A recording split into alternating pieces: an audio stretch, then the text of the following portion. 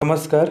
इस वीडियो में KBS PRT 2023 में जितने भी एग्ज़ाम हुए हैं उन सभी प्रश्नों को हम इस चैनल पे वीडियो के माध्यम से आपके पास 10-10 क्वेश्चन करके लाएंगे, क्योंकि लगभग 6 दिन एग्ज़ाम चला है केबीएस पीआरटी में और 12 पेपर हुआ है, क्योंकि 2 शिफ्ट में एग्ज़ाम हो रहा था। तो लगभग एक पेपर में 60 क्वेश्चन था साइकोलॉजी एंड पेडागोजी से, तो 12 पेपर मिलाकर 720 क्वेश्चन हो गया। तो उन 720 क्वेश्चन को हम 10-10 क्वेश्चन करके वीडियो में देखेंगे, ताकि रुचि बनी रहे वीडियो में और मानसिक थकान ना हो ज़्यादा क्वेश्चन के चलते, ताकि आगे आने वाले कोई भी एग्ज़ाम में, चाहे DSSB हो या उत्तर प्रदेश का कोई एग्ज़ाम आए, तो हमें उसमें सहायता मिल सके और अपनी तैयारी को हम उसमें समृद्धि लाएँ। तो इसीलिए हम 10-10 क्वेश्चन का प्रैक्टिस सेशन के माध्यम से आपके समक्ष 720 क्वेश्चन को हम वीडियो के माध्यम से लाएंगे। तो चलिए इसमें पहला प्रश्न देख लेते हैं। ये केबीएस पीआरटी 2023 का जो 21 तारीख को एग्ज़ाम हुआ था, ये फर्स्ट पाली का क्वेश्चन है। तो पहला प्रश्न है, बाल मनोविज्ञान में विकास की क्या भूमिका है। यानी कह रहा है कि बाल मनोविज्ञान में विकास की क्या भूमिका है। तो ऑप्शन ए है यह लक्ष्य निर्धारण में सहायक है, या ऑप्शन बी है इससे अधिगम के लिए तत्परता निर्धारित होती है, ऑप्शन सी है इससे व्यवहार निर्धारित होते हैं, या ऑप्शन डी है इससे स्मृति का संवर्धन होता है। तो प्रश्न तो बाल मनोविज्ञान में विकास की भूमिका पूछ रहा है कि क्या है, तो ये ऑप्शन नंबर बी सही होगा, इससे अधिगम के लिए तत्परता निर्धारित होती है। तो अगला प्रश्न देख लेते हैं। छोटे बालकों में समृद्धि और विकास पर निम्नलिखित में से किस का प्रभाव पड़ता है। कह रहा है प्रश्न कि छोटे बालक में समृद्धि और विकास पर निम्नलिखित में से किसका प्रभाव पड़ता है। यानी 4 ऑप्शन है और इसमें से सबसे अधिक किसका प्रभाव पड़ता है उसको चूज करना है। तो ऑप्शन ए है समकक्षीय समृद्धि, या ऑप्शन बी है घर का वातावरण, या ऑप्शन सी है सामाजिक परिस्थिति, या ऑप्शन डी है खेल और माहौल। तो ऑप्शन नंबर डी सही होगा। खेल और माहौल का, जो छोटे बालक होते हैं उनकी समृद्धि में इसका ज़्यादा प्रभाव पड़ता है, खेल और माहौल का। जबकि आप पहले प्रश्न देखे होंगे कि घर का वातावरण ज़्यादा इम्पोर्टेंट होता था, लेकिन अब इसको आप प्रश्न के अनुसार देखिएगा कि छोटे बालक कह रहा है तो खेल और माहौल ही होगा। अगला प्रश्न, समृद्धि और विकास से आप कैसे विभेद करेंगे। यानी समृद्धि में, यानी वृद्धि और विकास में आप कैसे विभेद करेंगे, तो अंतर बताना है। तो ऑप्शन ए है वृद्धि गोचर होती है और विकास अगोचर होता है, ऑप्शन बी दोनों ही गोचर हैं, ऑप्शन सी वृद्धि मात्रात्मक होती है जबकि विकास गुणात्मक होता है, ऑप्शन डी है वृद्धि गुणात्मक होती है और विकास मात्रात्मक होता है। तो इस प्रश्न का सही उत्तर ऑप्शन नंबर सी सही होगा। वृद्धि मात्रात्मक होती है क्योंकि वृद्धि एक समय के बाद रुक जाती है, यानी वृद्धि कुछ ही समय तक चलती है, और जबकि विकास होता है ये जीवन भर चलता है, तो ये गुणात्मक होता है। यानी वृद्धि जैसे दिखती है, जैसे शरीर की लंबाई अगर बढ़ती है तो दिखती है, लेकिन जो विकास होता है वो आपका मानसिक विकास, संवेगात्मक विकास होता है, तो ये गुणात्मक विकास होता है। इसलिए ऑप्शन नंबर सी सही होगा। अगला प्रश्न, बालक के विकास की सर्वाधिक महत्वपूर्ण अवस्था क्या है। यानी बालक की कौन सी विकास की सबसे महत्वपूर्ण अवस्था है वो बताना है। तो ऑप्शन ए है शारीरिक आयाम, ऑप्शन बी है मानसिक आयाम, और ऑप्शन सी है सामाजिक संवेगात्मक आयाम, या ऑप्शन डी है नैतिक आयाम। तो इन चारों में सबसे इम्पोर्टेंट ऑप्शन नंबर सी होगा। सामाजिक संवेगात्मक आयाम जो है ये बालक के विकास में सर्वाधिक महत्वपूर्ण अवस्था है। अगला प्रश्न देख लेते हैं। आपके अनुसार अवसादग्रस्त युवक के लिए विद्यालय प्रबंधन को क्या करना चाहिए।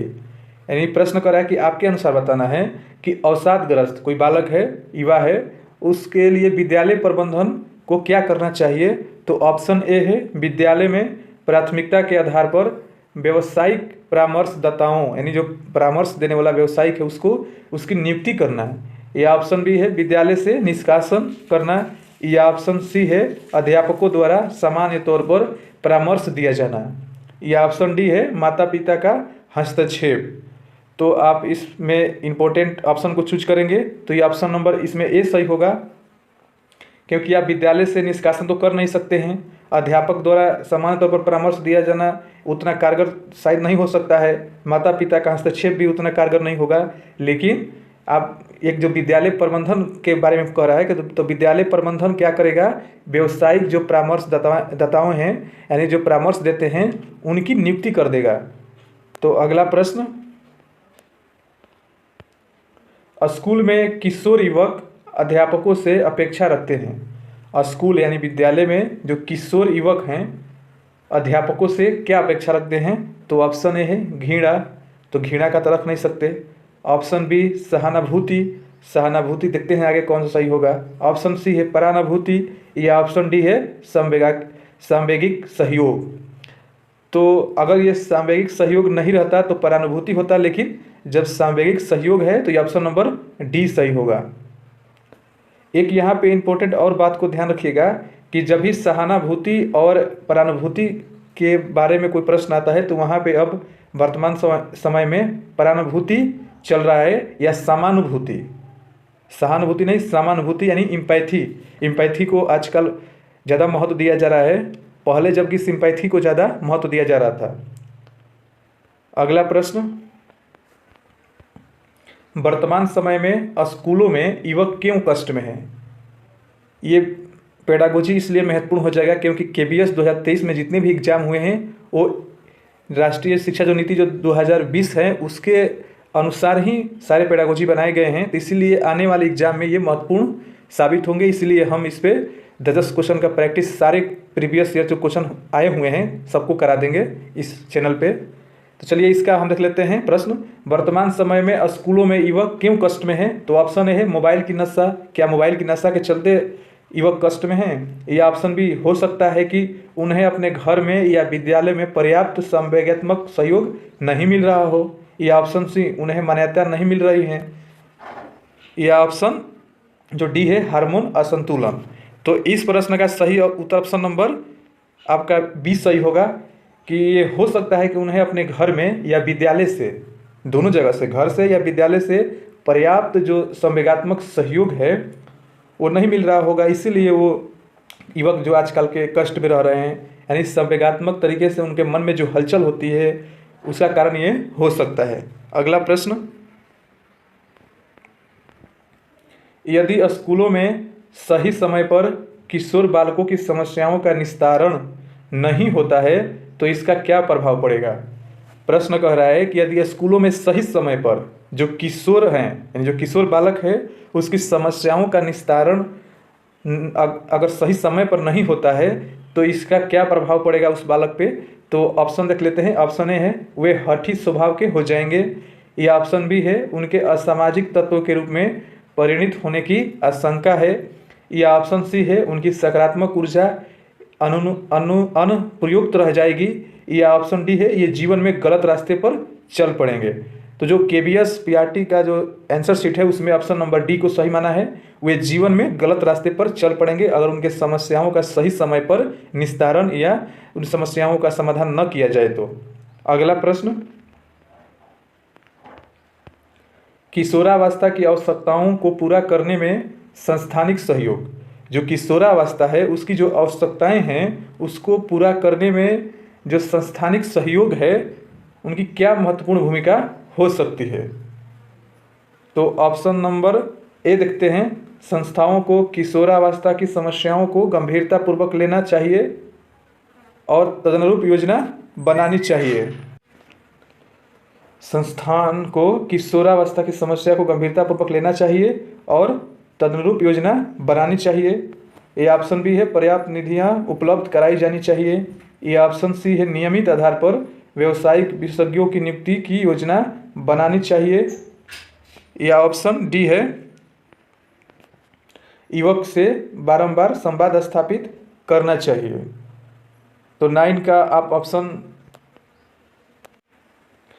इसका होगा नियमित आधार पर व्यावसायिक विशेषज्ञों की नियुक्ति की जानी की योजना जो है वो बनानी चाहिए, यानी नियमित आधार पर जो व्यावसायिक विशेषज्ञ हैं उनकी नियुक्ति की योजना बनानी चाहिए। अगला प्रश्न,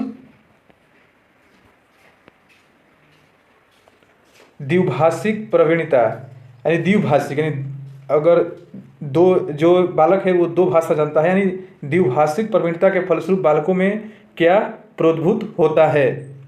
तो ऑप्शन ए है समाज में अनुकूलन, या ऑप्शन बी है संज्ञानात्मक विकास, या ऑप्शन सी है संप्रेषण की क्षमता, और ऑप्शन डी है वैविध्य चिंतन। तो हम इसका सही उत्तर देखते हैं। तो इसका संज्ञानात्मक विकास जो है ये ऑप्शन नंबर बी सही होगा। जो द्विभाषिक प्रवीणता के फलस्वरूप बालकों में ये संज्ञानात्मक विकास की प्रबुद्धत जो है वो इसका निर्माण होता है। तो इस वीडियो में ये अंतिम प्रश्न था। धन्यवाद।